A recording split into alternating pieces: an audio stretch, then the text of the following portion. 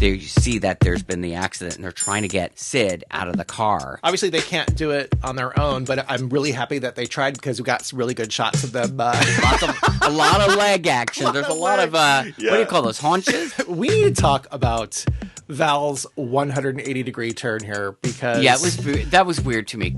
The music becomes almost like horror movie. Yeah, I felt like I was watching a poltergeist sound. Yeah, 70s, 80s horror movie. It was good. Things suddenly take a turn. Things are not good here in Knots Landing. They're not good. Him dying in that position as Saint Sid. Oh, this sets up the whole future trajectory of this show. Welcome to Seaview Circle, our recap podcast in which we review our favorite television shows and movies from the past, present, and possibly the future. And we do this all with the end goal of determining whether our viewing taste is highbrow or lowbrow. Yes, and along the way, we also talk about the vintage styles, fashions, and filming locations that we detect from these shows. Now, before we get to today's content, we ask that you like, comment, and subscribe to our YouTube channel or over on Spotify if that is where you're listening. And hopefully, finally this summer, we're going to get it up onto other streaming services as well. I know we've been dragging our feet on that. Now, where could people get in contact with us, Doug, if they'd like to? You can actually email us at seaviewcircle@gmail.com, and that's SEEVIEW circle. Yes, and you can also message us over on Instagram or TikTok or Blue Sky, all Seaview Circle. Let's get to a letter from the sack, Doug. Would you care to read this one? This is a comment from YouTube. You can mention, who that is. Okay. All right. This is from Marie3567. I'm absolutely loving this podcast. I watch you guys over on Spotify, but when I can watch on my computer, I watch on YouTube. I started watching Knots Landing a few months ago, and I have nobody to talk about how incredible the show is. And I thought maybe somebody's talking about it on a podcast, and I found you guys. Great. And I have been listening happily. I love that you guys talk about the things in the background, which are really important. I love that you guys talk about the locations as well. Thank you so much. I love the show. Oh, my gosh. Thank you, Marie. We're very happy about that. What I think is so cool about that is that she's a new viewer of Knots Landing, and she has found us. Yeah. That's pretty cool. Super cool. I think we got another one, actually. Do you want to read it? Oh, sure. Okay, here you go. Okay, this one is from Instagram. This is from Annie P. in the Place to Be. That's a song reference, I'm pretty sure. Anyway, this was off of a post that I did, or a reel, that was from the last episode of our season 2 coverage of Knots Landing, where we were sort of teasing that we were going to begin working on season 3. Annie says, "Oh, thank goodness! I've been thinking about you all the time and wishing for this. I almost can't watch Knots. We call it Nuts. Without you now." Oh my gosh. Okay, well, I am happy to report that we are jumping right into Knots or Nuts. Nuts. Landing season 3 right now. Should we do it? Yeah, let's go. Let's do it. This is the first 2 episodes of season 3. They are pivotal episodes. I think they debuted in November of 1981. They were actually aired in 2 consecutive weeks. So can you imagine watching these 2 episodes back to back, how you must have been feeling? I know how it was rewatching them back to back. Hello. All right, so let's just get right into it. Everybody knows what's going to happen in these first 2 episodes. So we got a lot to discuss, and I'm looking forward to it. The first episode is called The Vigil, and this is written by John Plachette, and the director is Jeff Bleckner. Of course, we start off with sort of a backstory of what happened in season 2 that led up to the absolute cliffhanger where Sid goes literally over the edge. And I have to say, the guy's delivery when he's talking about it, like everything that happened, it's so incredibly dry. But what was impressive about it was that he was able to detail all of the plot points that happened as led him to that cliff in about 30 seconds, maybe, 2 or 3 sentences. And it took us, I don't know how many hours to chew through all that information last year. Yeah, he was very succinct. And then it was really easy to just jump right back in. obviously we've seen these episodes a few times, but it is weird how you can just be in a different frame of mind when you watch it and get more out of it. Absolutely. I think that is the gift of doing a podcast where we are recapping the episodes is you are really, really looking at everything that's going on in every single scene. Before we get to the first scene, we do have to discuss that we have a brand new theme intro for season 3, and this actually is the one that is going to carry us through Knots Landing's golden era. You all know, all you fans have been asking us to get to season 4, but we can't get to season 4 until we get through season 3. So this is the first connect through line with that. We have the scrolling boxes. Yeah, the scrolling boxes have arrived. And the theme song is a little different too. So it's a jauntier, bit, a little zhuzhier, more a little bouncy. I think it's going to be a fun season, with the exception of obviously the 2 depressing episodes at the beginning. All right, well, let's get into it, right? We have the first scene is, I think, Abby waking up in her bedroom. This is the first time we've seen Abby's bedroom.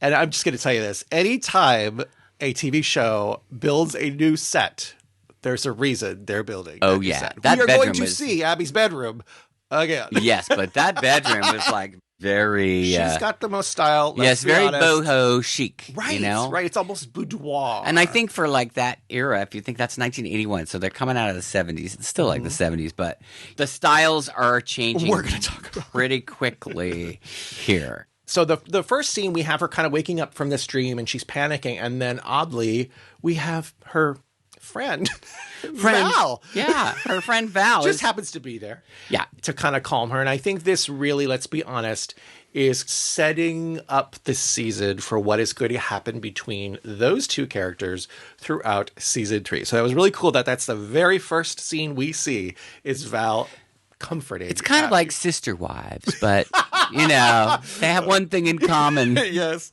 All right. So then we jump back. I think we're still at Abby's house, right? Oh, she just basically, gets her out of this dream. We don't quite know what it is that she saw. Well, I'm wondering if she's clairvoyant, Well, I agree. And I think we do see some of that. But what we have to remember is the other thing that happened is the cliffhanger in season 2. Her kids were kidnapped by her ex-husband. Exactly. And they got that tape that he left her. Right. Which it's pretty much spelling out. Matter-of-factly saying that, I don't think you're a fit mother for our children, and I'm going to take them. And he has gone... And he's not the only one who thinks that. Exactly. We'll get to that. So here we have Karen listening to the tape, and I think she even calls Jeff a creep, which is funny because in the last season, she was definitely team Jeff. Yeah. But now that she sees that he's stolen the kids, obviously that's a bigger infraction than anything that Abby has done so far in her eyes. So she's now on team Abby.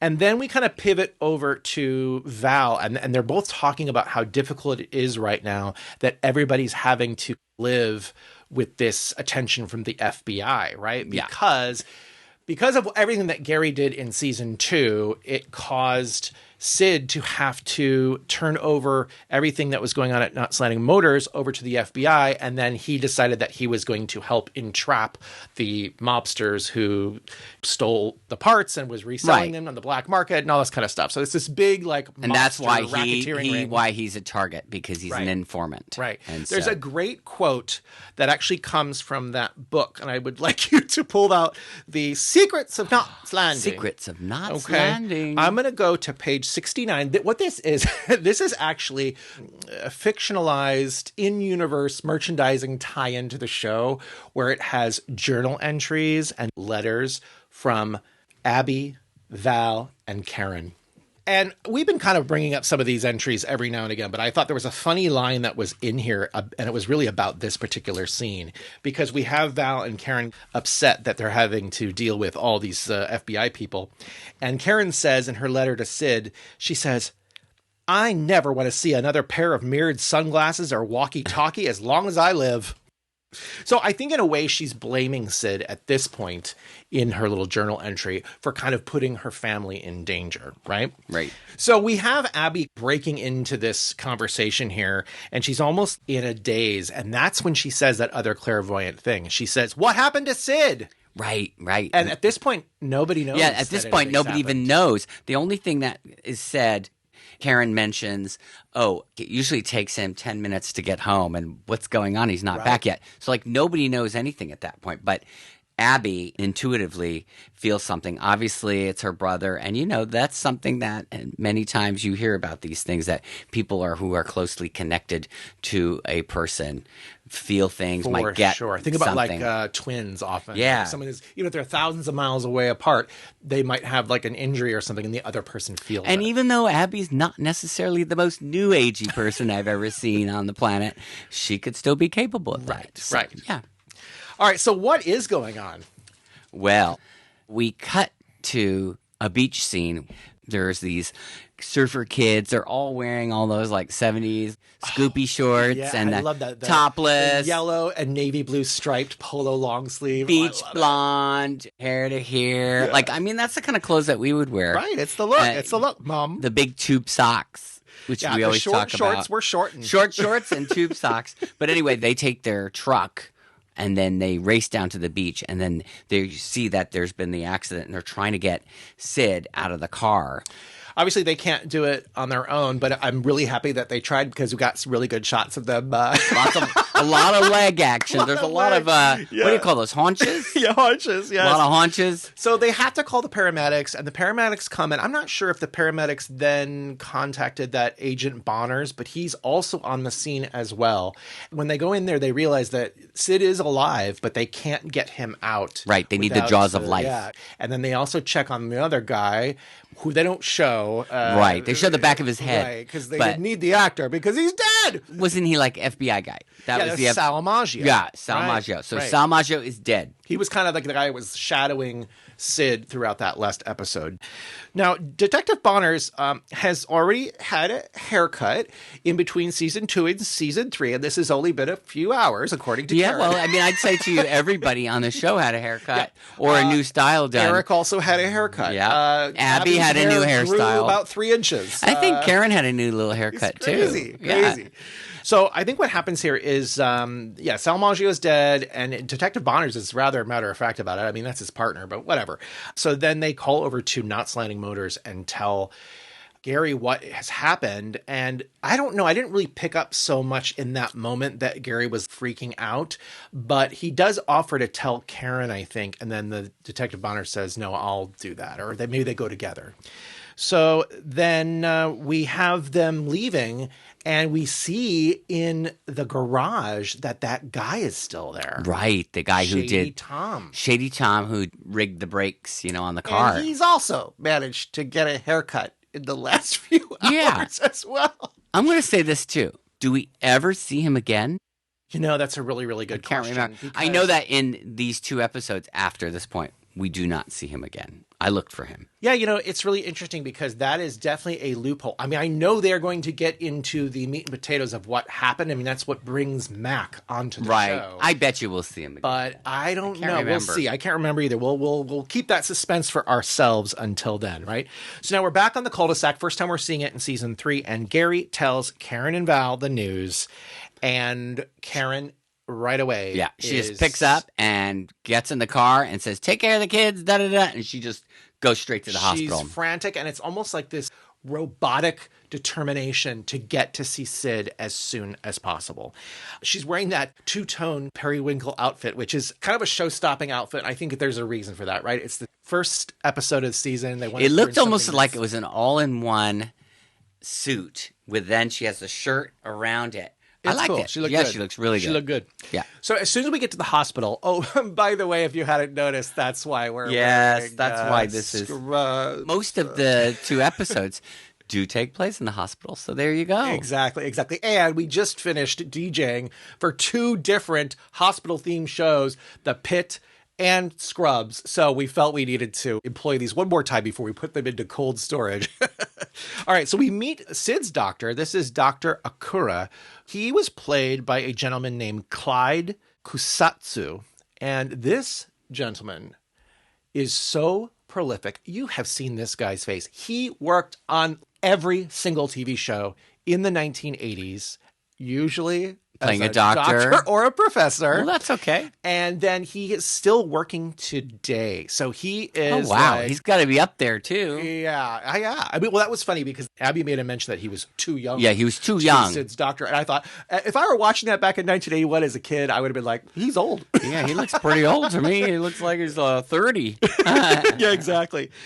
Karen does not have all the information, even though the doctor thinks that she does. So the doctor tells her that he is paralyzed from this accident. We didn't really say that earlier, right? He couldn't move when he was in the car, even though he was conscious. And the look on her face, or the way she's reacting, is so stoic and sort of like, it's kind of like a refusal, don't you think? She's like refusing to believe that anything is going to happen to him at this time, right? Val brings the kids to the hospital, even though I think Karen asked her not to. Yeah, she still brought them over. Right. We have Eric again with this new haircut, which suddenly makes him look younger than he did in the last season. Yeah, he was looking really stonery last season. Totally. Very stone. Right. Like, he must have shaved, too. Yes. Because I think that was what the difference was, that he looked... Maybe after the events of Man of the Hour, right? Yeah. Where he got the girl in trouble with the PCP and all that stuff. He's like, I got to clean up my act. Diana, her hair is looking really good, too. Right. She's getting a little bit more new wave. Yes. She's looking Heading great. that- She's looking great this season so far already. We have Michael asking about Sal Maggio because if you remember in those last couple episodes, they became friendly. He was kind of like the cool guy that Michael was getting to shadow. But Karen does not tell him that this dude's dead because that might send a message that, there are complications for She's Sid just as well. being, as you said, very stoic, but also very, oh, no, everything's okay to the kids. Like, you just go home, blah, blah, blah, blah, blah. And it's like, okay, that's not a good way to be. Admit that was upsetting to me, but at the same time, first of all, it is a nighttime drama, so they need to have the drama. And then also, I think that she had already shown that she didn't want the kids involved at this point. So with Val bringing them there, it was like maybe she just couldn't have time to process all those feelings. I think we see that again later on with Gary. She just doesn't have the time to process those feelings. So when we finally see Karen seeing Sid for the first time, she has that great quote. What does she say? The line is, you look like you went over a cliff in a car. Kiss me and I won't break is what he comes back with. So he still has a sense of humor, even though he's paralyzed from the neck down. Right. You He's can pretty tell jovial. that he is still this kind of that's right. Sid. He said he was high as a kite, though. Which I Yes, thought was, he did. How are you? I'm like, Right. Oh, yeah. Right, exactly. So he's kind of like the return to the season 1 Sid that we loved. Yeah. And then we kind of lost that behavior. Saint in Sid is season 2. definitely back. Saint Sid is back. In fact, in the next episode, we get a visual representation of that. Yeah. So Sid is very matter-of-fact about the severity of what's going on, even though they don't quite know yet, right? They could say, they said maybe there's like something swollen around the spinal cord, or maybe they said it's severed. kind of too early to tell because of the head injury, but they're saying that once the swelling goes down, they can determine what's going on. So they're saying if there's like a sever in the spinal cord, then that would mean he would be paralyzed. Right. They need to do like imaging, I guess. Yeah, they right? need to go do... Still early. Still early in the early days here. So then we have Abby arriving on the scene, and she is looking as lovely as ever in lavender. She loves those little pastel colors She's got that little sweater with the little furry balls on the end. Right. Now, what's crazy about this scene is that she's super jokey with Sid. It's almost like trying too hard, don't you think? Because you remember we were talking about season 2 in the end where they have that meeting at night and she comes in wearing the pink robe and it's like she's so terrible. She's lied to Sid so many times. And at the time I was wondering, I can't remember if she ever even gets to see Sid again. Well, obviously she does. This is the scene right here. And she completely is just like forgetting about all that stuff. Yeah, I think at that point she's just probably in such denial because let's face it, if she hadn't been getting Gary involved in that scheme, none of this would have happened. Right. And then, of course, on top of that, she's also got her kids kidnapped. Yeah. So she's just like... Her life is collapsing at this moment, for sure. And she retaliates by saying... she kind of throws the blame now onto the doctor, right? Right. She was saying, that's when she says, the doctor's too young and he's inexperienced and da-da-da-da-da. Like, why do you have him in this hospital? Right. And I think there's an explanation from Karen that she said that, well, this is where they took him. And right. I mean, this is the beach, right? Right. Where's the nearest? It's a trauma situation. Anybody, who's ever had a family member go into emergency, you don't have a lot of choice in the matter. Yeah. They just take you where whatever is quickest and available to look after you, depending on the injury. Well, Abby says, now we can move him. And Karen says, no, we cannot do that. It is too risky in his condition with the spinal situation without knowing what's going on for them to move him. So he is going to stay there. Now, what do you think about that? Do you think that, well, maybe we can ask that question later, whether or not that played into the ultimate outcome here. Oh, you mean like the skills of the doctors? Right, or where they were. You know, there is know. that time in episode 2 where they say something like, oh, yeah, the CAT scan can't arrive yet. Like it's on special delivery because they don't have one at that hospital. Right. Like, you know, because every minute does count in these situations. You can imagine with swelling, right? Yeah. Well, you know.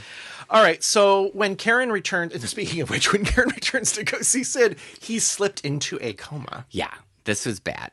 So at this point, Karen's demeanor completely changes too, because she doesn't want to tell anybody that Sid is comatose, but she's worried. This is where the episode cranks up a notch, okay? The music becomes almost like horror movie. Yeah, I felt like I was watching a poltergeist sound. Yeah, 70s, 80s horror movie. It was good. Yeah, I liked it too.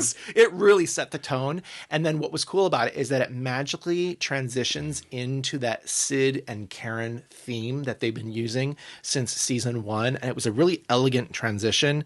I thought it was really, really cool. And then I think Gary calls into the hospital after that. And she's just like, absolutely not. Do not want to talk to him right now. So she totally snubs him. She's flipping out. She really is. Yeah, There's she's a lot flipping of out. emotion. She's basically said to everybody that, like, she's not leaving. She feels that if she leaves, she will break the spell of him living. And so it's really showing. She's totally exhausted. She's very short with the staff as well, which is kind of uncharacteristic of the Karen we know and love. But it makes sense because she's under a lot of stress right now. She's flipping out. I bet you those clothes really stink at this point too, because she's wearing the same outfit like for a long day. I think they take us out to the beach for a brief moment. They do show Gary there, and this is sort of his reaction. He's obviously in contemplation about everything that has happened. He often goes to the beach to contemplate in the past and in the future. At least he's not going to the bar, right? Which is, I was a little worried later on in the episode. Yeah. All right, so now it is officially the next morning. It's only been one night. It's been only been one night. Okay, one night. But it's a long night. Yeah, because it's the next morning, and we have a surprise visit to Karen from Richard. Yeah, and I thought this was cute because, of course, now they're really setting the tone for his soon-to-be new career of being the chef, because he arrives with this, like, rolling table and tablecloths, hand-baked croissant for Karen, and freshly squeezed orange juice. Yeah, and ground coffee that he's ground. A mix of 2 different blends. Yeah, ground coffee for her. So that was a I don't know if that was a joke. Maybe he just bought that all. I don't know. But it was a very sweet gesture because he even brings out a little flower, right? A carnation and some baby's breath. Because let's face it, he's had a really bad run. The first 2 seasons, he's not been the most likable. Right. This is probably one of the nicest things we've seen Richard do. He's actually unscathed, I would say, these first 2 episodes. He's coming off really well. Of course, this is a John Plachette written episode, so yeah. Anyway, it's a really great moment because he has checked in on Dr. Okura, and he tells Karen that he is great. He was like a John Hopkins fellow, and Karen says, oh, I really like him. So that's a way to sort of assuage Abby's fears about who this guy is, so that at least they have some confidence at this point, right? And I think the Richard juxtaposition to everything else that has been going on, because they're all like harping on, Sid and the drama, and he's coming in kind of lighthearted. It's exactly what Karen needed in that moment. Yeah. She just starts laughing hysterically, but also crying at the same time. Yeah. And that's when Richard says, maybe you need to go home and take a shower. So I think you're onto something. That's what I'm saying. Yeah, that's what I thought. Like, he's probably going like, you need some tickle in your life. So I think actually Richard calls Val and says, hey, why don't you get together some clothes and bring them to the hospital, and I'll figure out a way to get Karen showered. Okay. So this is interesting because when Val gets off the phone, Gary's there, and Gary says, oh, let me deliver the clothes instead. And Val immediately picks up on this, that Gary must be feeling some guilt, right, for what has happened, right? Because everything that Gary got up to, all these shenanigans with Abby at Not Slanting Motors, has brought us to this place. And we need to talk about Val's 180-degree turn here because Yeah, that was weird to me. All of a sudden, she was like, "Oh, Gary, well, that's not your fault." Sid was the one who agreed to do that and get involved with the FBI to be the informant, so you shouldn't feel bad. This was so weird. Kind of weird. We have to remember what we've just heard, right? Is that this has been basically just 24 hours or a little over 24 hours, and maybe a couple days since Gary and Val's argument at the end of season 2, where she was so upset at him for lying to her about all this stuff and for turning his back on their friends or taking advantage of them, right? Both Sid and Karen were so nice to them when they moved to Knots Landing. She was super adamant about it. It was like a moment. We felt it. Now, she did hug him at the end of that argument, I remember. And I do think there's an element where Val is sort of addicted to Gary to their relationship. We talked about that couple and whether or not they're good for each other. Who wouldn't be addicted? Did you see how he looks so good? And he looks really good. He's looking good so far. I mean, they all look good. I'll say this. I noticed that they're all... Everybody's got a little fresh up. Everybody's very tanned. Like they've had their... It was a good summer. Yeah. I guess what I want to say here is that it is really strange that she has suddenly changed her mind in such a short amount of time. But I do think it factors into what we discussed at the end of season 2, which was that she has invested so much time into this relationship. And so she can't spend too much time being angry at him no matter what he does because she still wants it to work. And what is really interesting is this book again, right? Ooh. I read the journal entries in here and I was like, okay, let's see what Val says about all this stuff. Now, again, this isn't written by John Blachette. This is written by somebody else, a couple years later, because this takes us all the way up to I think season 6. In here, they give a little bit more story about it. And what Val says in here, it doesn't really contradict that scene. Okay. Even though she's still upset, she says she has to convince Gary that he is not guilty for this. She has to convince him that he should not be feeling too bad about this. Because if she can't, what's going to happen? That's true. He'll be back drinking again. Again. Yeah, and let's face it. We know he's not very good under pressure. He's not very good under pressure. So, okay. Let's say he's willful. I will forgive it. Yeah, totally. All right. Now, let's get back to the hospital, right? We have this great scene with Diana, which we actually talked about in our interview with Claudia Lano, which if you haven't seen, you can check it out right here. Yeah, I remember it. We did a deep dive into that one. Yeah, Karen does not want Diana to go in and see Sid because he is in a coma and this is going to scare her potentially. But she also cannot deny that Diana she's an adult at this point. Let's be honest. She can take it. She can handle it. So she goes in there. She sees him lying there comatose.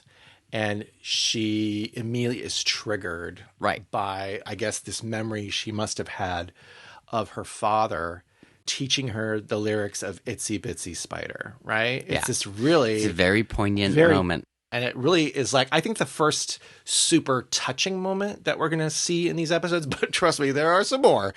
These first 2 episodes of season 3, the acting is so on point. It's really good. Everybody's it's strong, guys. It's really, it's not fluff at all. No fluff. No. In fact, I think that next scene was kind of this first showdown with Gary and Karen at the hospital when he brings the clothes. It's really, really good. It's some really good chewy stuff. I'm kind of waiting for this, right? You're waiting for Karen's reaction to Gary because she knows that Gary has had something to do with all this, right? They were all at that meeting in their living room just a couple nights ago. Yeah. What's interesting is that her reaction in the moment is, I don't have time for you. No, and I think that would be the thing that happens in a crisis situation. You really don't have any more time for any more extra emotion. She's focused on Sid. Right. And so she that's what she says. I can't even bring my kids here. I can't even deal with them. Yeah. I certainly can't deal with you because what she suspects is that he's just wanting to be blamed by her and then quickly forgiven. And she's like, I don't have time for this right now. You're a distraction from me. That's where she says the whole thing about breaking the spell, right? That's that mystical part. So she doesn't really show that she's super angry in this moment. No. She's just get away. She just can't deal with it. Go. These are really strong, This was strong a lot scenes. to chew on. Yeah. This is a lot to chew on. Yeah. Michele Lee's acting in these 2 episodes is just probably some of the best. So now the kids are back at Val's, right? They're in the Ewing kitchen, and there's a lot of confusion as to what's going on, right? We have, oh, by the way, Michael is wearing a really cool OP shirt, you know, the sun and all the Those surfers. would be hard to find now. And then, of course, Diana is wearing her gauchos, right? Yeah, so that's little a blue great little moment gauchos. there. And I guess it's been reported here that Eric went to school, but he left school. He's missing. So he's sort of missing right now. Yeah. And that definitely has Val concerned. So what happens? We have Gary going out to look for Eric. There's a great little montage where we didn't really catch a lot of where this was, but there's some signs that go by. It was like kind of film noir vibes, you know. Was it like Family Fun Arcade? Which, you know, it's funny. We just went to the barcade last week with We were our just friends. Well, after dinner, there was the barcade in Highland Park, which is always fun. Yeah. And I was playing some fun games there. Yeah, you playing know, all the games from that era. pinball and for me, I was definitely a ColecoVision person, and they had a lot of those ColecoVision that Ladybug games game was pretty good too. Hello. You were playing pinball, though, and that's where we see Gary finding Eric.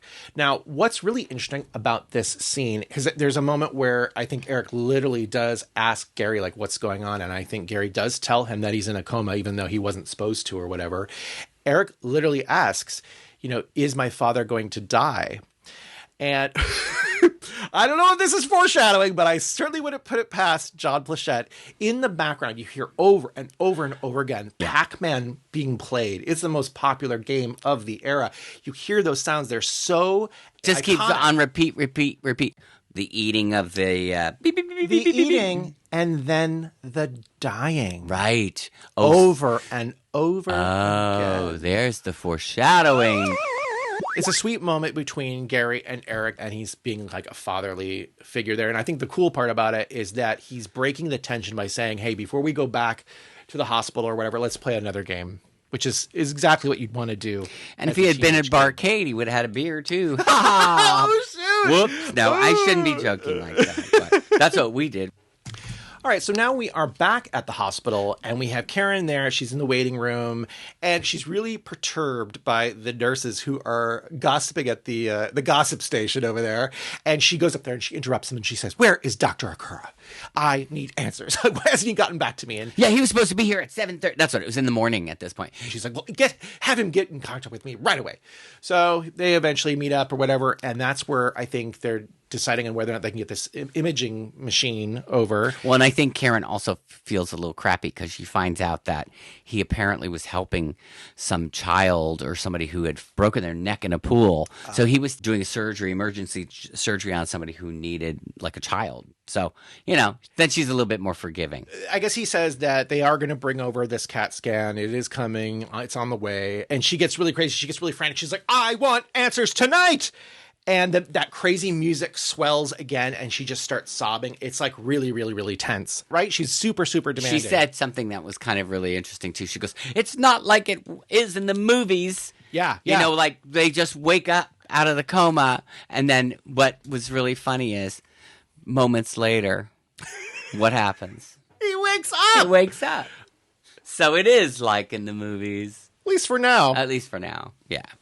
And Sid doesn't even know that he's been in a coma, and he's just like charming as ever, right? He's like, "Oh yeah." I think he said, "Did I have my tonsils out?" She's like, "Yeah, you're going to be all right." It's this really, really dramatic close to that first episode. There's that great moment where she kind of turns around and she's like sobbing, and she's just like, "Oh my God, thank God, he's back. He's back. He's back." Woo! Whew, intense. That's the end of part one. That's just part one. That's just part one, kids. Okay, now moving into the second episode. This is called Critical Condition. Uh-oh. A little foreboding. This is written by Diana Gould and directed by Nicholas Segarra. These first two episodes, they are written and directed by Knots Landing veterans at this point. In fact, this is Diana's fourth script for Knots Landing, and this is Nicholas's sixth episode already directing in season 3, but he's going to do a ton more. All right, so let's get into it. The very first scene, we have Sid on this upward trajectory. Yes. He is improving. In fact, Dr. Akura is there, and he asks him whether or not Sid... Oh, no, Sid first is the first one to move his finger, right? Yeah. And then the doctor's there. He's like, okay, well, if you can move your one finger, why don't you try He's asking, raising your can arm? you raise your arm? Can you push your legs out? And he Right. does all these things. So it's... All right, this is looking good, and you can see Karen is elated. Right. I think even in that moment, doesn't he say something like, oh, yeah, I see no reason to proceed with the surgery. He's going to improve. He will likely regain all of his movement, but he will need to go into intensive care for a while. And that's when Sid says the line, oh, I like a little intensive care. I've been looking for that all my life. And Karen returns with the classic line, oh, I'll give you intensive care that'll knock your socks off. Woo, girl. Doesn't he say something like, oh, my toes are tingling? He said something about his toes tingling, but That was a euphemism. Right, it's infirmed that something else is tingling Something too. else is he's coming back to life Yes. as well. You know what I mean? All right, now we move to another... Well, no, it's not a new location. It's already been established in this season that Gary is working at Knots Landing Motors. But what we do see here is a really great moment with Marcia, who is like the assistant, the secretary, or whatever you want to call her over there at Knots Landing Motors. This is the most lines that we have seen her deliver. I think she only had like maybe 1 or 2 in season 2. But we're going to see a lot of her in season 3. We love Marcia. Yeah. So she's like, oh, I don't know, Gary, is this enough? Shouldn't we get flowers in addition to a plant? She has a plant, right, in her hands? Yeah. And I have to tell you, Gary is a total jerk. Obviously, he's feeling super guilty and is just like, I got to concentrate on the business because Sid is not here, and like he doesn't want to let Sid down. Right. You know? In other words, he can't let Sid down at this point because he's already put him in the hospital. He's already facing all this stuff. And so he feels like, oh my God, I've got to focus on this. But he's super rude to Marcia. He's super rude to the customers. The guilt is just eating away at him. And we'll see how this transpires, how what this grows into. But he still looks good. But he still looks super dapper. Isn't he wearing like a navy blue polyester kind of shirts? I have one of those. Yeah, I like those. I'll wear it sometime. It's really, really cute. And then she wants him to sign the cards. So I thought it was funny. Yeah. We love these 70s cards. It's like these 70s They're cards. very narrow and tall. Right. Get well soon. We have a whole bunch of But the thing is, they're always really, like, the ones from the 70s are so not PC. They're Sometimes so you read cheeky. them. Yeah, you read them and you're like, how did they get away with writing this line? Right. They're usually mean or cheeky. Yeah. Like, This one, I love this. Togetherness. The price of marriage. Right. These two disgruntled people on the front. there's the one I like. There's a birthday card that we have that says, it just says, I hate you, I hate you, I hate you, I hate you, I hate you. And then it says, like, I love you. Or something like that. It's funny. All right. Well, now we are going to move to a location we haven't seen yet. This is at like, I don't know, it's like the DA's office. Yeah, we're at the DA's office, and Abby shows up because she's trying to see if she can get some action going on this case. Of course, We got to pick back up on this other Right. storyline, right? Now, what she says there, it has been 3 days since Jeff took the kids. Yeah, and she pretty much just breaks in. Like, she asks, is the DA here? And the secretary's like, oh, he's in a meeting. And she just keeps walking through. And she opens up the door, and he's there with some other people he's dealing with. And she's like, I need to see you about a kidnapping. Right. Now, this guy thinks that she's overreacting. This is like mansplaining in 1981. Oh, he was very okay? misogynistic. Totally. Not a very... He's basically saying And not that- to mention he had terrible hair. He had terrible hair. Hey, pot, kettle, black. Yeah. I don't know. Okay, so he's basically saying the same thing other people were saying, that Jeff is the father of the kids, so did he really kidnap them? He actually classifies it, it's not kidnapping, it's something else, whatever. It's child stealing versus kidnapping. Right. Abby Abby says, what is the difference? My kids are gone. They should be with me, right? So at this point, I think she says, he even sent me this tape where it literally says that he's taking the kids. What more do you need? So he totally gives Abby kind of just brushes her off, and that's what then brings her to her next destination, which is the Avery house. So happy to see Laura pop onto our screen. Oh my God. And she's looking real good this season. She has very long hair now. Again, at this another point. person who's grown inches within 3 days. Yeah, within 3 days, but she's looking really great. Yeah. And John looks great too this season. They both look really good. It's a really, really nice scene because it is carrying over from season 2 when they were on better terms towards the end, when they had that whole understanding about the affair with Abby, and then, of course, her flirtation with Scooter. They start actually joking about the fact that apparently apparently Scooter's wife left has him. left him Right. for a much younger man. Didn't they say, oh, she always thought that he was cheating on Right. her with other women, but Right. now she ended up leaving him for Right. somebody else. And it's So like, they both oh. have a laugh about But there's it. a little moment there, too, where you could see that look from Laura. She's kind of like, Well, no, she does that when Abby comes in later Yeah. on, and she ends up kissing Richard to thank him for, I guess, hooking her up for a Right, lawyer she or gives whatever. this look. And then Laura does one of her famous eye rolls. Yeah. I hope One you of the can. first, you maybe know. you can show that one on the screen. For right? You'll sure, show we the are going eye to do that. roll. We are going to catch that. We are It's going to good. catch that. But I just love seeing the two of them on friendly terms and joking around and having some togetherness, because obviously we know that Richard has been such a heel for so long. Of course, we don't think it's going to last very long. But it does need to set up this closeness again, this bond that they've reformed. It does need to set up what's going to happen going forward in season 3. Anyway, great to see them together. And they have some Cabernet, I believe, tying into Richard's future as a chef. They're in the kitchen making dinner together. Oh, who are you calling, Doug? I'm just going to call this from the hospital. Oh. I just wanted to make. Oh. I think what Doug is trying to say here is that things suddenly take a turn. Things are for not the good worse. here in Knots Landing. They're not good. So, unfortunately, we have Sid sort of waking up and realizing that he no longer can move his hands. I think he's trying to grab something, and Yeah. it's like now it's not moving. Nothing's moving. Right. Karen's already gone back home because she thinks everything's going to be fine.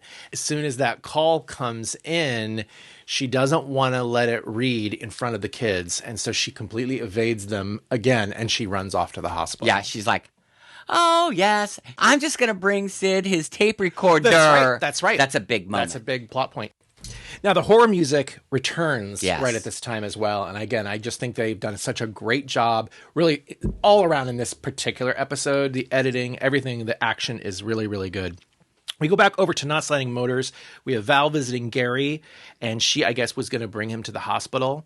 And that's when Gary is like, absolutely not. I'm not going. Now I'm not going. I already know I'm not wanted. I already know where I stand in this whole situation. So he's really trying to evade Karen and Sid with the excuse that he's working to keep things afloat. Yeah.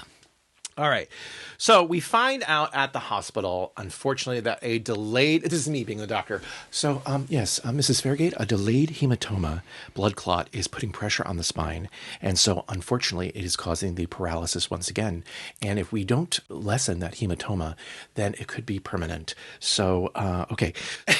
I guess the surgery that it could happen here, a possibility that it has a 60-40% of success. And one of the sticky moments there, too, is that there's that argument between Sid and Karen in that because he can't sign the waiver. And Right. it's like, I'm going to do this. Right. And she's like, why would you do this? We just want you. We want your presence. We don't care if you can walk or whatever. Right. It's just having you here. Alive. But, he is an active person. Yeah. Very active, right? I mean, you could imagine many people faced with that decision. I know I would probably be the same way. I'd probably be like, I'm getting the surgery because it's like, well, I'm not going to be a couch I'm potato. going to just say I play devil's advocate and feel for Karen here a little bit because there is a selfish side to this that would really potentially tick you off. We know that Sid is a very stubborn guy who is going to do what he wants to do. He's shown this really in the last season with that whole situation with Eric, with the PCP and the drugs and then all that drowning situation. That was like really showing who Sid is underneath. And it is something that kind of ticks Karen off. She even says that later on. Right. It's what she loves about him, but she also hates it about him. It's why I brought this today, okay? Because the cheetah, is this a cheetah? I hope it is. The cheetah never changes its spots. And that is who Sid is. And Karen knows this. She signs it right away, which I thought was kind of crazy. But she doesn't seem very happy about it. She's not happy about it. She's not happy about it because he does say something like, oh, if you don't sign it, I'm going to figure out a way to sign it. He said, I'll sign it with my teeth. Yeah, exactly. We should say also that they can't delay the surgery because he says something like, if we wait any longer, the chances of success are going to go down. So it's like now or never. Right. Of course, you have to have the pressure, the time pressure of like getting this done right away. Okay, now we have another little light moment here. We have a breakaway to the other cast members that we have not seen yet this season. And I will say that if there is any couple that has not changed their tune whatsoever since the end of season 2, it is Kenny and Ginger Ward. Well, if anything, I thought that they seem like they're having a great time. Well, they are, but my point is it's the exact same issue that we were having at the end, which was Ginger upset that her whole life has become her pregnancy. Right. And that Kenny is being this helicopter overprotective, everything that she eats and everything that she does. Right. So that's all. And we're just sitting at home watching TV. Yes. He's like, what's wrong with sitting at home watching TV? And I actually say the same thing sometimes. I go, I like sitting home and watching TV. And maybe having some, pizza or whatever. Yeah, or a cocktail, whatever. And watching Knots Landing, maybe. Yeah. All right, well, we do know that this is all going to change soon. When Ginger says, all I am is pregnant, there's nothing else to me anymore, we know that soon she's going to drop that baby. Yep. All right, let's get back to the hospital. Now we have Abby coming in, and Abby's kind of pulling on Karen, wanting some sympathy from her about her situation. And again, Karen is like, I don't have time for that. Because Abby's saying like, oh my God, Sid's always been the rock in my life. I would be nothing without him or whatever. And she's like, I don't have time for this. What about me? He's my husband. Like, this is totally different. I gotta say, I loved the setting there too, because I love those vintage vending machines. It really reminds me of... Yeah. You do not see that anymore. Yeah, you don't see them anymore, but they hung around for a while. I think even in the 90s, you would still sometimes see them. But yeah, they're gone now. Yeah. No one cares. So Val shows up, and I think it's here where Val tells Karen that Gary is definitely feeling guilty for Sid's predicament. But Karen, again, she does not want to talk about it. She says that's ridiculous. Even though, let's be honest, Karen's feeling this. Oh, yeah. You know she is. Yeah. She just can't focus the energy on that. All right, so now the kids come to visit as well, and there is, again, another one of these confrontations with Diana. Again, she's really, really upset with the situation. She's the one who's pressing and saying to Karen, isn't this selfish of him to make this decision? What about his family? What about how we feel? We just want him to be alive. We don't care what state he's in. But I think she does come out. She says that he's going to die. And maybe Karen knows all along, too. Right. They know what a big, huge risk this is, even if Sid is trying to calm them and saying that everything's going to be okay. But isn't there that moment where he kind of pulls Eric back and he says, hey, listen, I need to know that I can count on you. Yeah. Now, remember, there was also the one thing that Eric brought with him. Oh, right. Because remember, Karen had said, oh, he needs his tape machine. So that is left in the hospital room. Right. So it's just this really crazy, heavy scene. Again, that music returns, that kind of almost poltergeist music returns. He's kind of giving his family like end of times words of encouragement, right? Yeah. And so that's why Karen has to tell Diana, oh, he was just doing that, because of whatever. Like, she's trying to downplay the fact that, again, he could potentially die. And Karen has to remind Diana that, even though she's not happy with this, she knows who her husband is, and she knows that he has to do what's right for him ultimately. I don't know. What do you think, man? If it were you or me, what would you think? I don't know.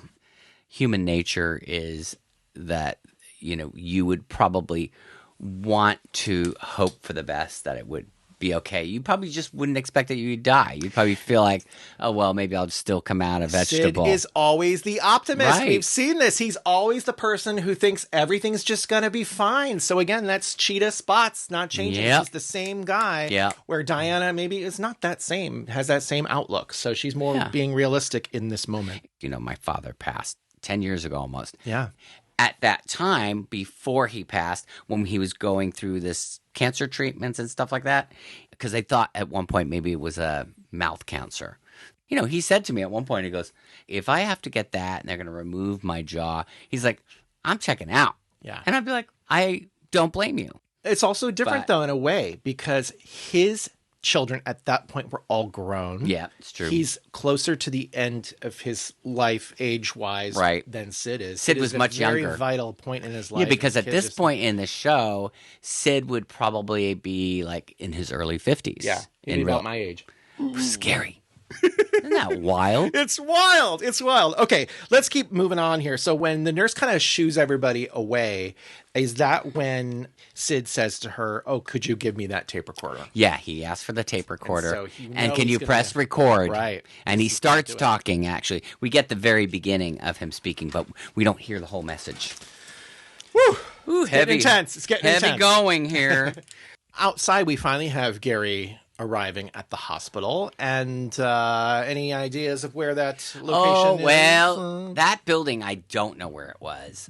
When I was looking, it said Beachview Hospital.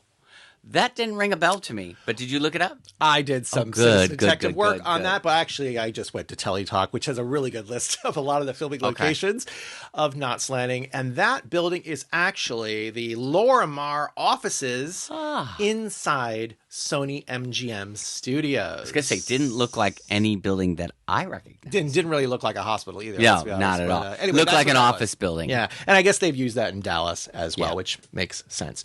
So Gary comes in, and what does he do? He's kind of looking around maybe for Sid, but then he ducks into Well, he the sees chapel. he ducks into, he sees somebody leave the chapel, and he's like, I think I'm going to go in there. Right. So this is now all coinciding with the surgery taking place. And I think Karen is not really allowed any time alone with him before he is wheeled out. I mean, they are. She tries, but they're like, he's got to go to pre-op. And, they had just gone through that whole thing before he started taping. So Right. she got kind of pushed out. Yeah. But there's these really dramatic scenes where she's just like, I love you, going down the hallway. Oh, my gosh. I mean, really gut-wrenching stuff. It was terrible. She's pleading with him. I was crying. I'm going to admit it. Just promise me you won't leave me. She says, you know how much you mean to me. He says, don't worry. I won't leave you. It's so really heartbreaking. Sad. I know. Look, I'm crying right now. Oh my This God. is not fake.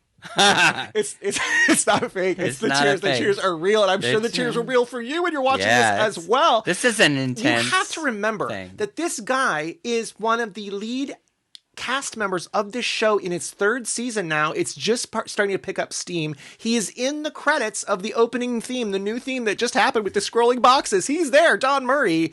So you can't imagine that anything's going to really happen to him, even at this point. Because if you remember in season 2, we already went down this road with Valine and her colostomy cancer situation. Remember that? Yeah. The colon cancer?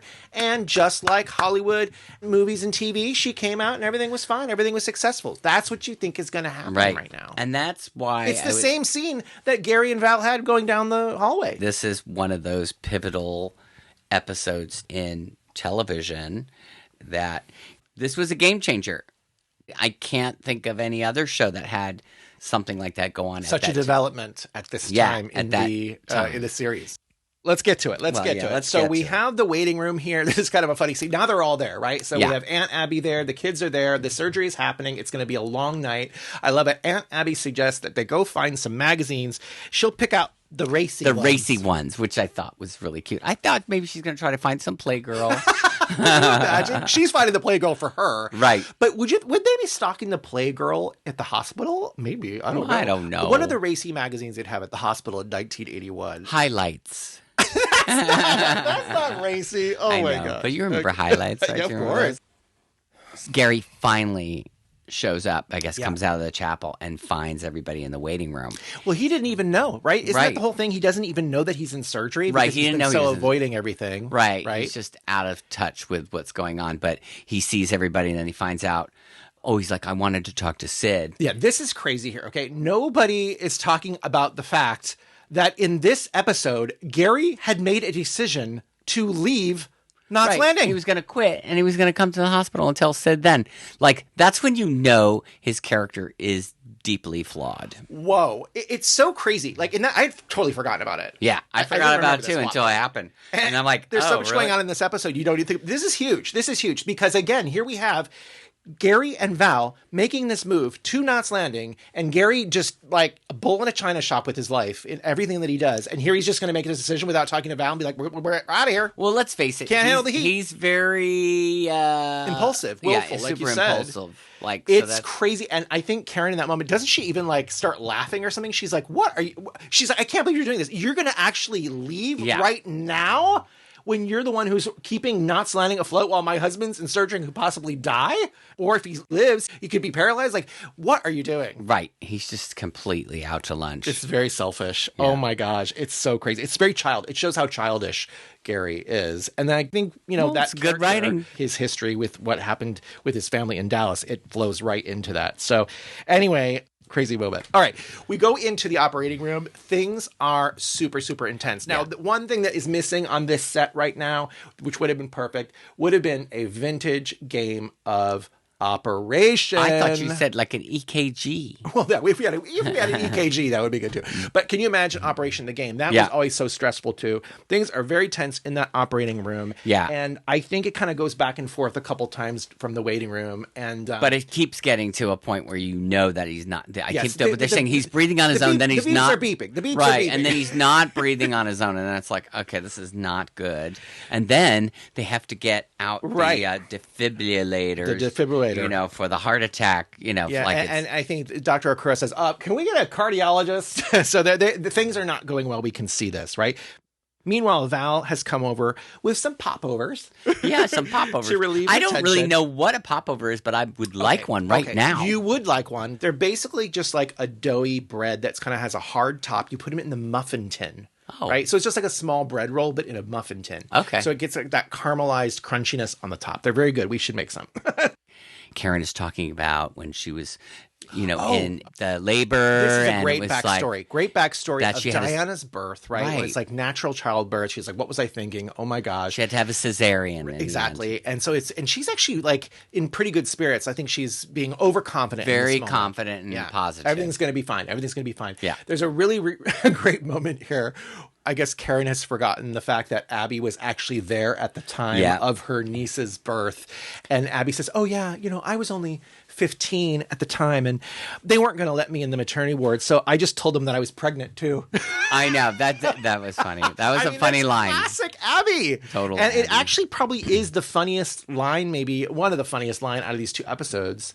And it's crazy because the editing goes directly to the OR and them unplugging the machines. Right. We needed a little lightheartedness before it got real dark. And it got Can you imagine watching this at that time? No, I mean, it was freaky because I'd say to you, too, the weirdest thing is, again, we mentioned it before. I felt like there was that symbolism. Sid is laid out. He looks like the crucifixion. Doug, it is exactly that. Yeah. It is exactly that. It's exactly that last Saint Sid moment. And I will say right here, him dying in that position as Saint Sid, this sets up the whole future trajectory of this show. Mm-hmm. We're going to talk about it a little bit later. Okay, on. we're going to talk about it. But wow, what a moment. We're going to talk about it. Okay, so Dr. Okura comes out from behind the surgery area and he locks eyes with Karen. And this is that dramatic moment. We've seen it a lot. It's in all the reunions. Yeah. He's basically pulling her down the hallway with no words. Yeah. And it's just the eyes are locked. Yeah. So dramatic. And this is really cool how they did this. The blocking, the directing, the right. I don't know if it's in the writing, but he takes her behind the closed doors. Yeah. And we don't hear it. Yeah. You just see. Yeah. So we don't really know what he said. And that builds the tension. And then she comes back through and she's, again, just like kind of plodding forward, getting closer to her family. Yeah. And now we're on the other side of the hallway. We're looking down that way. And again, the camera is so far like out of, earshot, really. You can't hear what's happening. Yeah. So you don't hear her say anything. Right. And then you just hear everybody reacting. You see the reactions. Oh, it's really sad. It's terrible. It was really well done. No, I mean, I'm going to say this too. If you have experienced a death of a loved one at a hospital, they captured the moment perfect because it's kind of so stunning. It's just like this weird calmness. It's a possibility. Yeah. So there's an element where everybody is already thought about the worst. Right. But it is really still weird. Is the moment. It's literally like in shock, just numb. And that's it. Yeah. And That's how I remember it. I know that's how it feels. Yeah, and everybody's together. You have these bonds as a family that are unbreakable. Yeah. And it's affecting everybody at the same time. So Yeah. they did a really, really great job. Yep. Again, the acting is so amazing. The music was so good in this moment. Everything came together in this moment. But of course, really the saddest part hasn't even happened yet, because as Karen enters into the room that he was in, where he was all smiles and thinking everything was going to be fine, he's like, don't worry, this is going to turn out fine.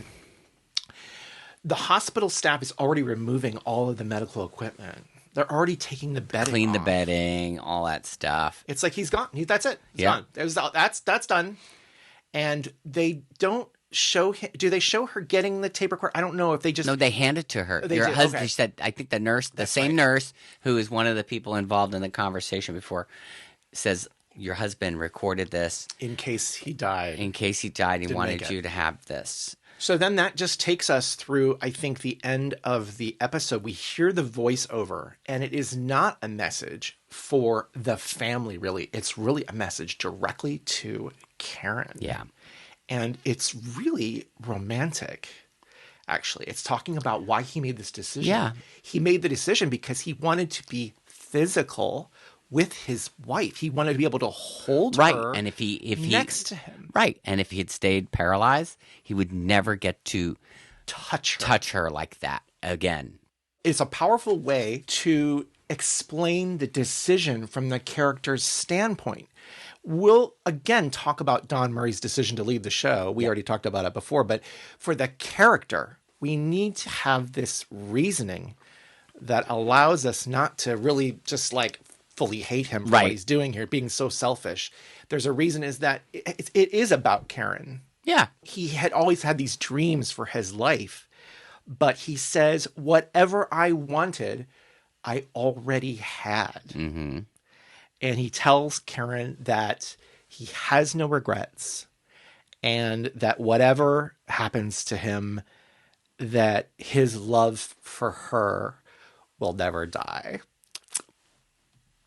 Oh my God. And you know what? In a way, I'm glad that we have done these 2 episodes because these were gut wrenching. This one is a real gut wrencher.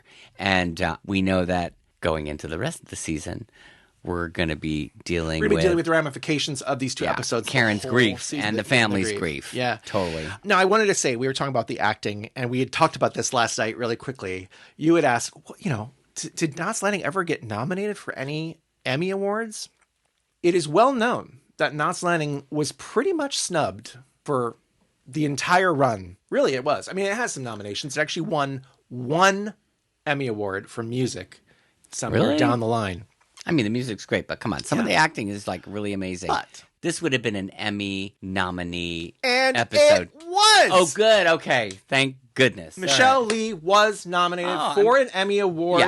in 1982, which would have been the end of this season. And I'm sure it's based off of this episode. I can't fully verify. I didn't go that deep I into would imagine the investigation. that it would be. And the other Emmy nomination for this year, which we haven't seen yet, but we're super excited, is Julie Harris for Best Supporting Actress for this season as well. Oh, Lily Mae. Yeah. So that's exciting. Looking forward to more of that in season 3.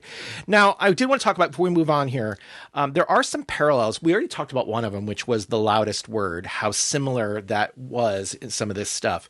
There is another parallel to an episode way later on down the line, which is the death of another beloved character of Knots Landing, which of course is Laura.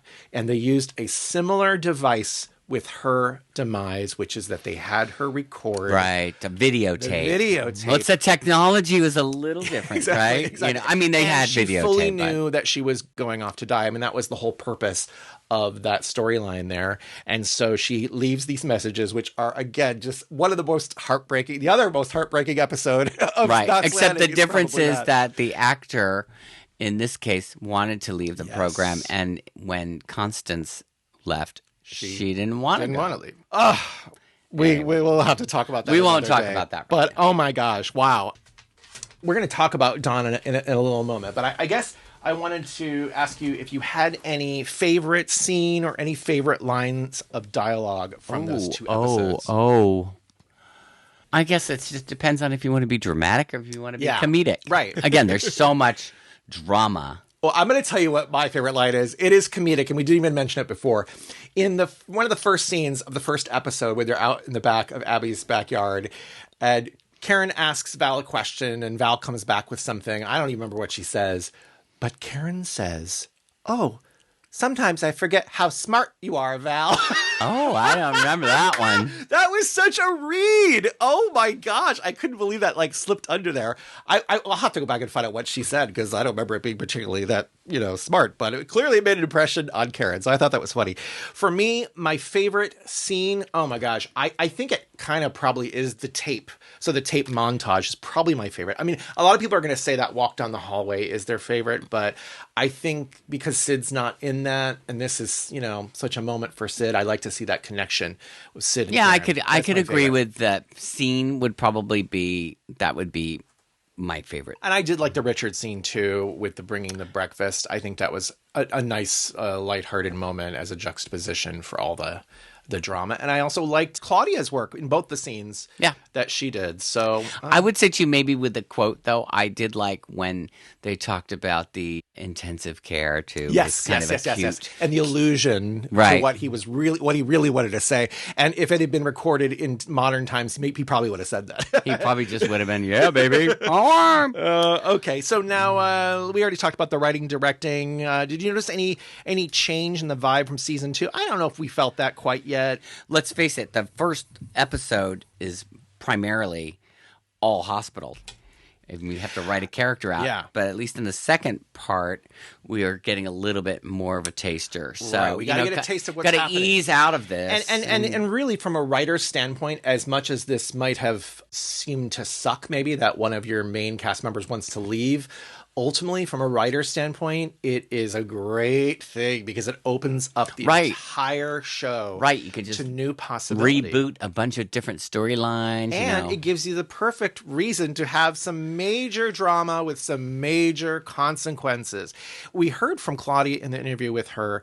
She said that the show started taking off in season 3, probably because of this, because the stakes were so high in this. It shows what can happen, how dramatic this can be, how awesome these episodes were. They are some of the highest rated on IMDb. So that's why the show started gaining steam. And as we know, it really gains traction in the next season. So I think in a way, him leaving was really an opportunity for Knots Landing to be the longest running soap opera from the 80s.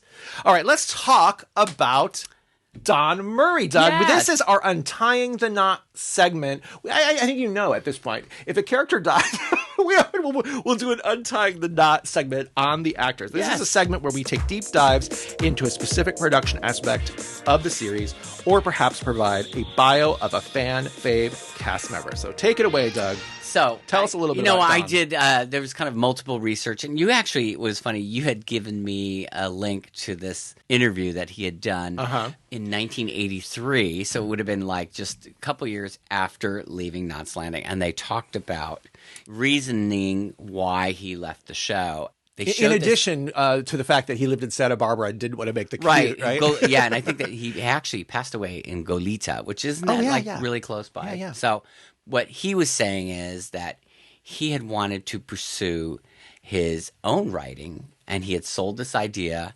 to, I guess, Laura Marr and CBS. So they had a show that they were going to do.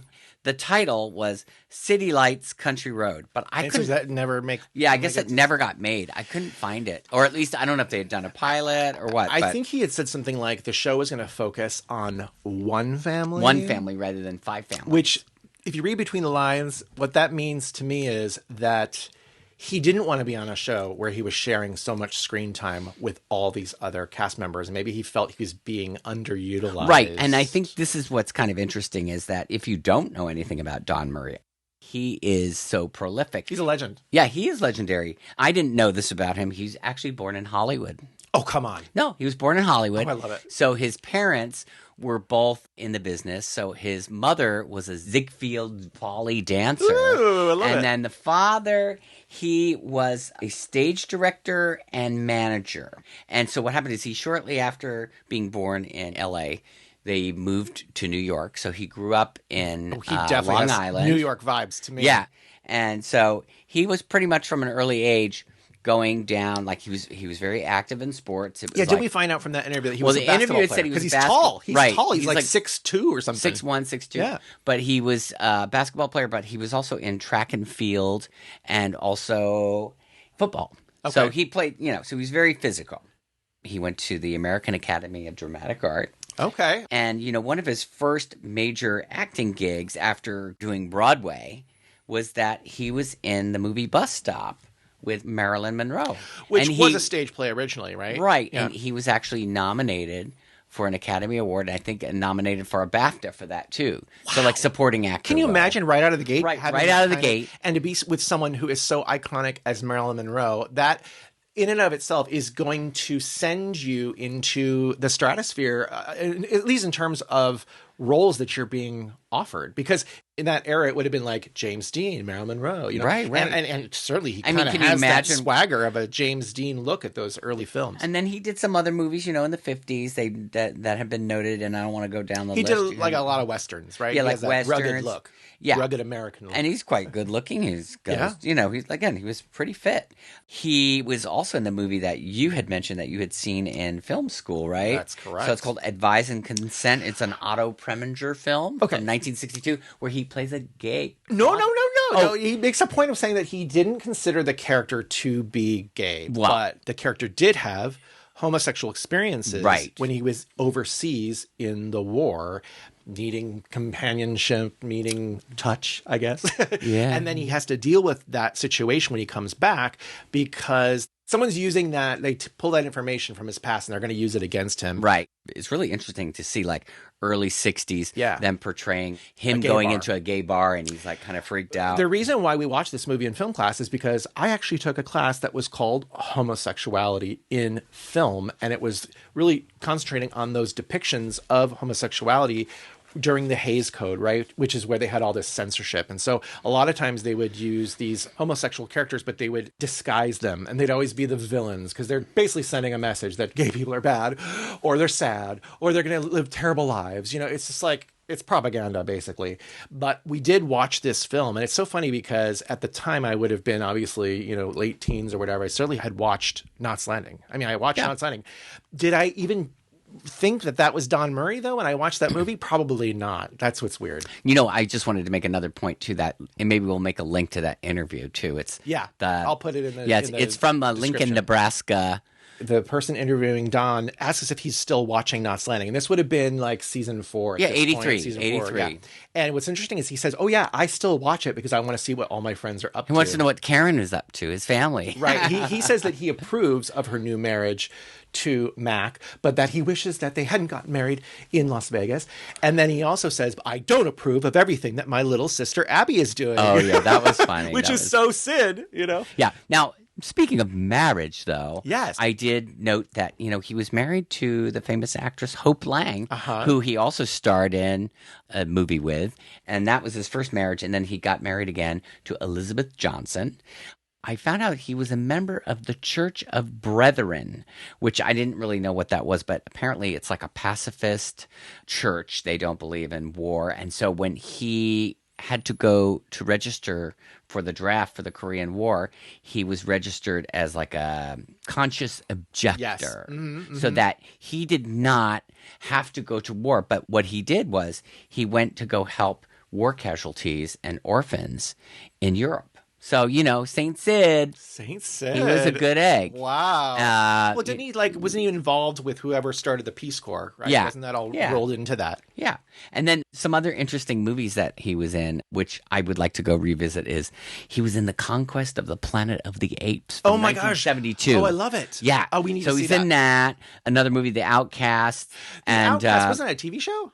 I don't know. Anyway, don't know. I remember him talking about the Outcast because he really wanted to be a part of that project because the lead hero, it was another Western, was an African-American character. And he thought that was really cool at the time to be part of something where that was the lead hero. So anyway, that's cool that he's always kind of choosing roles that are interesting. In fact, he was in the last season of Twin Peaks. Right. And I was going to mention that, but we have seen a couple of these little clips from the shows that didn't make it from the Roberts Retro Rewind. That's right. So the one was Brand New Life with him and Barbara Eden. And it was, this is funny, it was based on the Brady Bunch. It was like two families coming together. They recycled a lot of the storylines, of course, from the Brady Bunch. She had 3 children. He had 3 children. He was also in Peggy Sue Got Married. Well, and he was also in the TV movie The Stepford Children with Barbara Eden, who was also in Brand New Life, his co-star. So they did 2 projects they together. did 2. And then, of course, the other one that we had seen on the Roberts Retro Rewind is Sons and Daughters from 1991. I think they made 13 episodes. They only ended up showing 6. So he kept working. He kept working, and being part of Twin Peaks, that's so cool. I think he said it. I heard an interview from that time where he said that it was the first time where he ever took a job without even meeting the director first, right? Oh, yeah. Like, he knew who David Lynch was, clearly, and apparently David Lynch knew who he was. He had a pedigree of acting. You know, when you hear the interviews, he's a very intelligent guy. He's very worldly, and he had a very long life. He was born in 1929, and he died in 2024. So, I mean, wow, he was up there. Wow. So he was cool. He was one of the good ones.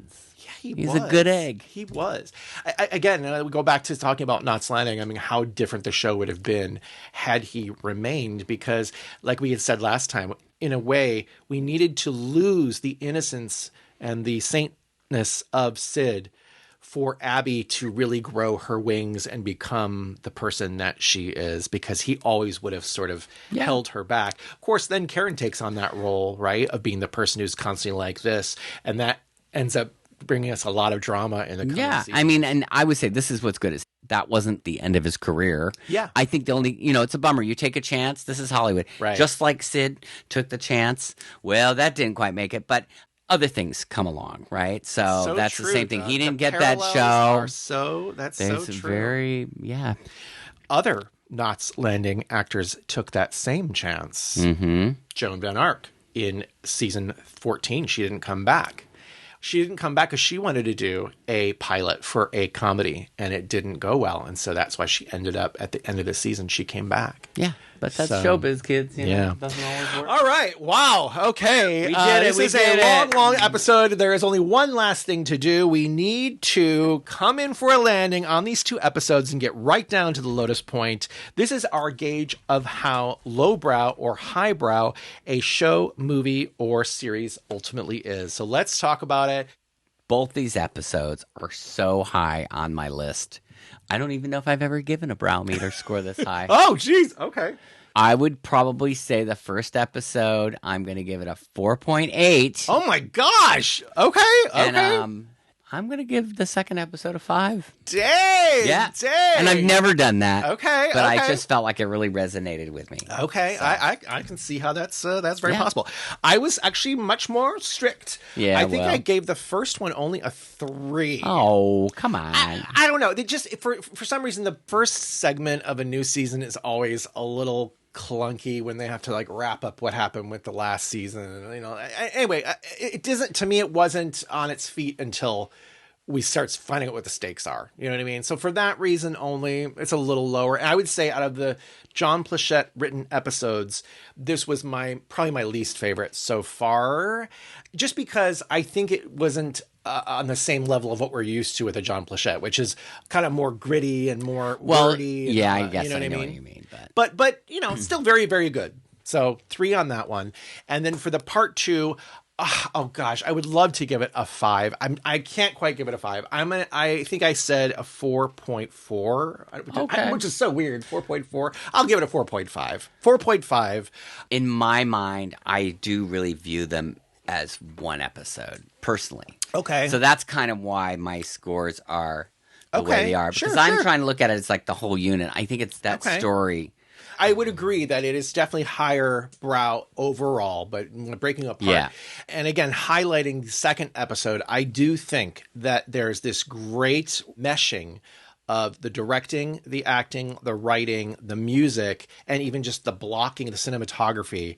It all really pushes that one up ahead the other one, in my opinion. So anyway, that's great. What a great start to season 3. And I'm actually really excited to see. Yeah, I'm excited to get back into it. We've go. had a big break, you know. We've had a huge break. If you hadn't noticed, we've been in Yellow Jackets land. Yep. And we haven't done a Knots Landing episode since December. God, so plus life in general has been nuts. There's a lot going on. There's a lot going on now. It's going to tell you what we're going to be doing with season 3, which I haven't even really discussed with him, but I've been thinking about it in my mind. We are not going to do what we did last season for season 2. We are not going to do character breakdowns, even though that was really fun to be able to see the arc very clearly for each character.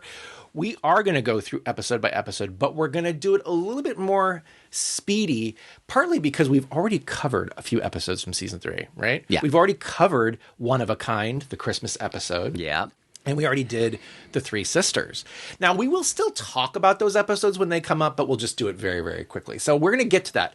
But we actually have another special episode that we're working on. We don't want to tell you anything about it. We're just going to drop it, and you're just going to be surprised. Yeah, it just came to me in a vision. It just came to me in a vision. So we want to thank you so much for joining us for this first 2 episodes of season 3. We also want to thank the social media account CBS Knots Landing for helping us achieve the quality of screen captures that we are able to provide for you now going forward. Yep. And thanks for sticking around. We know it's been a long episode. We hope you have a great week or so until the next one drops. Probably a couple of weeks. Yes. And we will see you then. Back on the sack. I hate you, I hate you, I hate you, I hate you, I hate you. I love you. Bye-bye. Bye.